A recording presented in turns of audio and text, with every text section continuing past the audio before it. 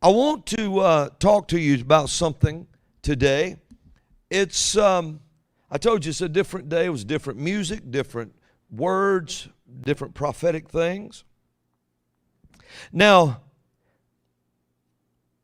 I was in Nebraska with the 11th hour team, and we were there at Lord of Hosts Church, and the Lord showed me something in the night while I was there, getting ready to go out the next day, I think it was, and He showed me a cave. And in this cave, it was just like if you could picture a cave that was just cut out of a rock like that back in, and it was totally dark. You couldn't see anything in that cave. I don't mean just a little. You couldn't see anything in it. And I was there looking at the cave. And I saw my staff. It was this staff, but it looked different. It was so similar to this, and it was just floating in midair like that, just in the dark, but you could see the staff. It was the same eagle's head, except the shaft on it was more metal looking. It was a gray metal looking. Had the same type wrappings around it, and it looked like my staff. And it was just hanging there like this. And the Lord spoke to me, and this is what He said. He said, "It is time for the ancient prophecy of the eagle to come to pass." And I had no clue what He's talking about. But the ancient prophecy of the eagle, some of you right now can tell that that's powerful already. Because who thinks of such things as that? Who's looking to see a dark cave with the staff floating in midair? And then hear the voice of the Lord say, it's time for the ancient prophecy of the eagle to come to pass. Well, immediately I started thinking about there must be a prophecy that some man, a woman of God, or some person of God had given. I just remember thinking that someone had given, and that maybe I could go find it. Maybe I could look it up, go find it, that there's an ancient prophecy. People would send me different prophecies that people of God had given and so forth. But I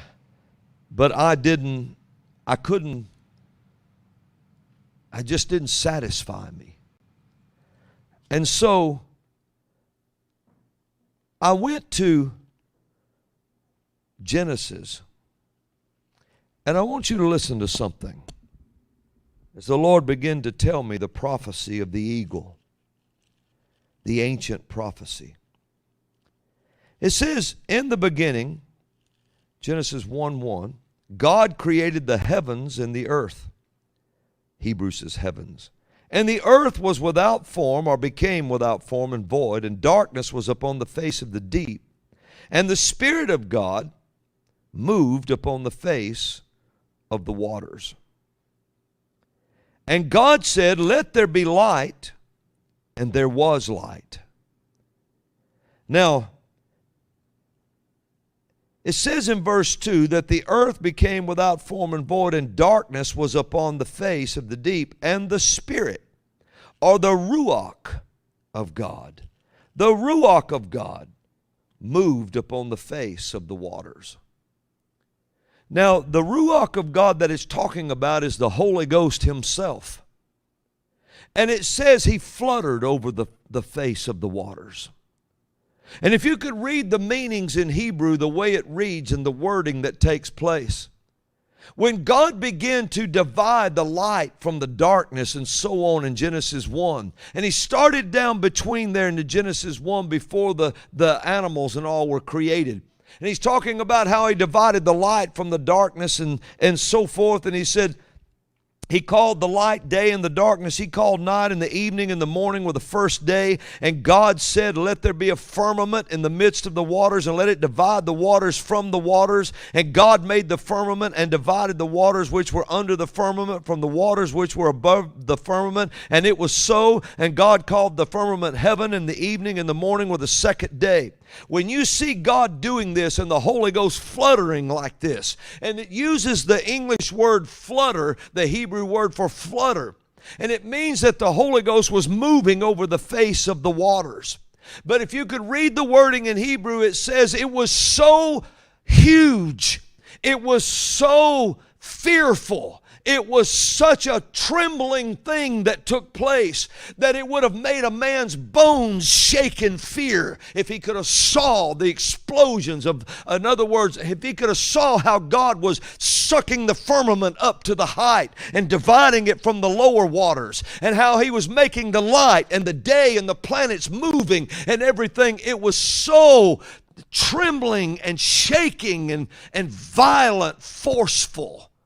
It means that it would have made the bones of a man tremble in fear. He couldn't have stood it to look at it.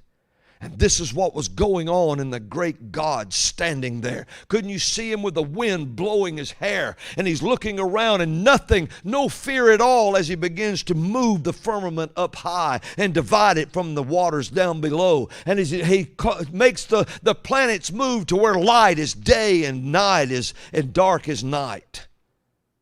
And it said the Holy Ghost this whole time was fluttering over everything, over the formless void that had taken place. And he's moving and fluttering. You would have heard the roar and the sound as it filled the earth, as a rushing wind and a mighty wind began to fill the whole earth. And in the middle of it, all of this fire and everything started taking place. And then after that, listen what happened.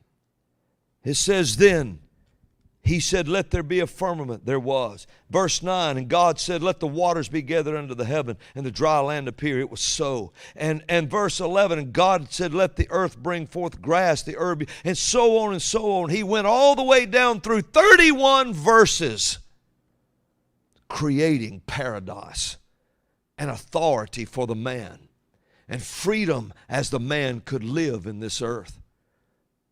All 31 verses.